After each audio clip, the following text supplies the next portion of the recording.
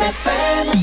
Ici commence l'Auvergne, ici est finie la France, votre rendez-vous quotidien chaque matin avec Guillaume Frixon. Aujourd'hui, on va partir se mettre l'eau à la bouche du côté d'Ambert, sur les hauts plateaux de fromage avec cette fameuse fourme d'Ambert qui fait partie de nos 5 AOP d'Auvergne. Et Guillaume, évidemment, n'a pas pu s'empêcher de la goûter du côté de la ferme des Supers à Valcivière. Ici commence l'Auvergne, ici finit la France. Avec Guillaume sur Logos FM. La légende est tenace. Il se murmure que cette fourme d'Ambert était déjà très appréciée à l'époque des Gaulois et plus particulièrement par les druides entre le Puy-de-Dôme, le Cantal et la Loire. Et des années après, des milliers d'années après, le lait de la fourme est récolté encore aujourd'hui entre 600 et 1600 mètres d'altitude. Et s'il y a actuellement plus de 800 producteurs de lait, il n'y a que 9 producteurs fermiers et 6 ateliers de fabrication pour cette fourme d'Ambert. Et il y a quelques semaines, je me suis rendu à la ferme des Supers.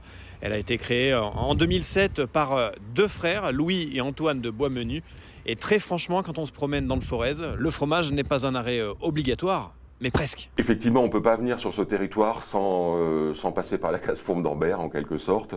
Le syndicat de la fourme a fait un travail énorme avec les chefs, notamment pour développer la fourme non seulement sur le plateau en fin de repas, mais dans toute la cuisine. On parle souvent du plus doux de tous les bleus. Oui, c'est ça. C'est vrai que c'est un bleu, donc on a ce côté persillé, cette originalité dans ce côté bicolore, en fait. Mais en même temps, on n'a pas le côté un peu... piquant, fort, que l'on retrouve dans d'autres bleus de brebis ou de vaches, dont je ne citerai pas les noms, mais qui effectivement parfois peuvent donner un côté qui bloque les gens, alors que la fourme d'Ambert, personne n'y reste insensible en fait. Alors quand je retrouve Antoine dans sa ferme, il est en plein travail dans sa cave d'affinage, tout en humidité et en fraîcheur, et il façonne tous ses fromages à la main, évidemment.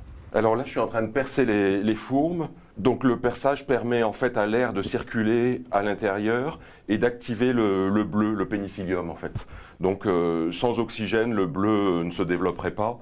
Et là, ça permet en fait de lancer le développement. On aurait du bleu que sur l'extérieur. Là, on l'a à l'intérieur, ce qui est vraiment la spécificité de la fourme d'Ambert et de tous les fromages bleus en fait. Et c'est ce bleu qui fait tout le goût de ce fromage, toute la spécificité de cette fourme d'Ambert.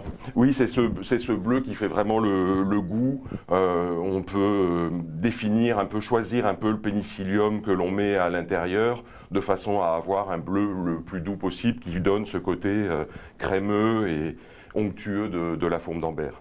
Et alors, si vous en achetez la moitié d'une ou carrément une entière, eh bien, évitez toute faute de goût au moment de la couper. Le tranchage est très particulier, on taille des lamelles comme ça, horizontales, et c'est vrai que ça fait partie de la culture du fromage. C'est pareil, on ne le coupe pas en rondelles dans la découpe traditionnelle. L'idéal, c'est quand même la demi, parce que ça fait vraiment un cœur de plateau de fromage magnifique. Sinon, après, on peut le couper en quart comme ça, ou en huitième, mais toujours sur sa croûte, de façon à ce qu'on puisse le couper horizontalement. Avec du thon, des champignons, de la viande, de la courgette, des œufs, du cabillaud, les recettes sont presque infinies avec la fourme d'Ambert. Ah oui, moi je m'en lasse pas, que ce soit en plateau ou dans la cuisine, mais c'est vrai que le mieux c'est quand même à manger comme ça avec un bon pain de campagne et puis bien sûr avec modération comme on dit, mais un Porto par exemple ou un Pinot des Charentes, que ce soit un rouge, un blanc ou un rosé, c'est vraiment l'alliance la plus exceptionnelle en fait. Et avec plus de 5000 tonnes de fromage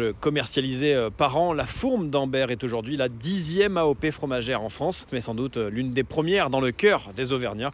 Belle journée à vous tous, tout en gourmandise, bien sûr, sur Logos FM.